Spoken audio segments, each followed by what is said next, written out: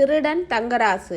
மதுரையில் பரபரப்பான தெருகளுக்கு நடுவே தங்கராசு என்ற இளைஞன் வசித்து வந்தான். வயது 28. பார்ப்பதற்கு சாதாரணமாக இருந்தாலும் அவனுக்கு ஒரு ரகசிய வாழ்க்கை இருந்தது. அவன் ஒரு திருடன். ஆனால் தங்கராசு ஒரு சாதாரண திருடன் இல்லை. அவன் பணக்காரர்களின் செல்வத்தை திருடி ஏழைகளுக்கு உதவுவதை வாழ்க்கை தொழிலாக கொண்டவன். இந்த கதை தங்கராசின் திருட்டு வாழ்க்கையையும் அவனது மனமாற்றத்தையும் பற்றியது. தங்கராசு ஒரு ஏழை குடும்பத்தில் பிறந்தவன். அவனது தந்தை ஒரு கூலி தொழிலாளி, தாய் வீட்டு வேலை செய்பவர். சிறு வயதில் குடும்பத்தின் வறுமை அவனை குற்றவாளியில் தள்ளியது.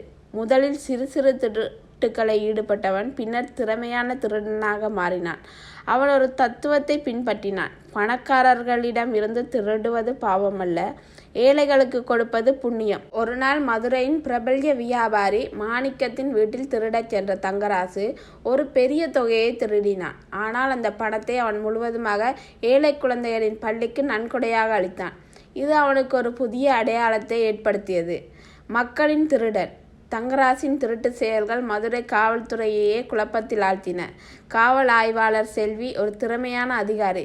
தங்கராசுவை பிடிக்க முடிவு செய்தார். செல்வி தங்கராசின் திருட்டு முறைகளை ஆராய்ந்து அவனது அடுத்த இலக்கை கவனித்தார். இதற்கிடையில் தங்கராசு தனது அடுத்த திருட்டுக்கு தயாரானான். இம்முறை ஒரு பெரிய நகைக்கடை உரிமையாளரின் வீடு. தங்கராசு நகைக்கடை உரிமையாளர் ராஜேந்திரனின் வீட்டில் திருட முயன்ற போது செல்வியின் பொறியில் சிக்கினான். ஆனால் அவனது சாமர்த்தியத்தால் கடைசி நிமிடத்தில் தப்பினான். இந்த சம்பவம் செல்வியை மேலும் கோபமடைய செய்தது. ஆனால் தங்கராசுவை பற்றி அவளுக்கு ஒரு மரியாதை ஏற்பட்டது. தங்கராசுவின் வாழ்க்கையில் ஒரு திருப்புமுனை ஏற்பட்டது. ஒரு சிறுமியை சந்தித்த போது அவள் பெயர் காவியா, ஒரு அனாதை. தங்கராசு நன்கொடை அளித்த பள்ளியில் படித்தவள். காவியா தங்கராசுவிடம், நீங்கள் எங்களுக்கு உதவுகிறீர்கள், ஆனால் திருடுவது தவறு இல்லையா என்று கேட்டார். இந்த கேள்வி தங்கராசுவின் மனதை உலுக்கியது. அவன் முதல் முறையாக தனது செயல்களை பற்றி யோசிக்க ஆரம்பித்தான்.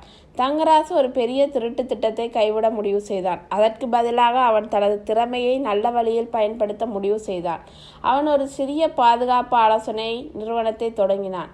வீடுகளையும் வணிகங்களையும் திருட்டில் இருந்து பாதுகாக்க உதவுவதற்காக தங்கராசு தனது புதிய வாழ்க்கையின் முழு மனதுடன் ஈடுபட்டான். அவனது பாதுகாப்பு ஆலோசனை நிறுவனம் வெற்றி பெற்றது. மதுரையில் உள்ள பல வாணிகர்கள் அவனது திறமைகளை பாராட்டினர். செல்வி தங்கராசுவின் மாற்றத்தை அறிந்து அவனை சந்தித்து பாராட்டினார். நீ ஒரு திருடனாக இருந்திருக்கலாம், ஆனால் இப்போது நீ ஒரு மாற்றத்தை உருவாக்கி இருக்கிறாய் என்று கூறினார். தங்கராசு காவியாவின் பள்ளிக்கு ஒரு பெரிய நன்கொடையை அளித்து மேலும் பல அனாதைகளுக்கு கல்வி வழங்க உதவினான். அவனது நிறுவனம் ஏழைகளுக்கு இலவசமாகவும் பாதுகாப்பு ஆலோசனைகளையும் வழங்க ஆரம்பித்தது. இதனால் அவனது பழைய மக்களின் திருடன் என்ற பெயர் மக்களின் பாதுகாவலன் என்று மாறியது.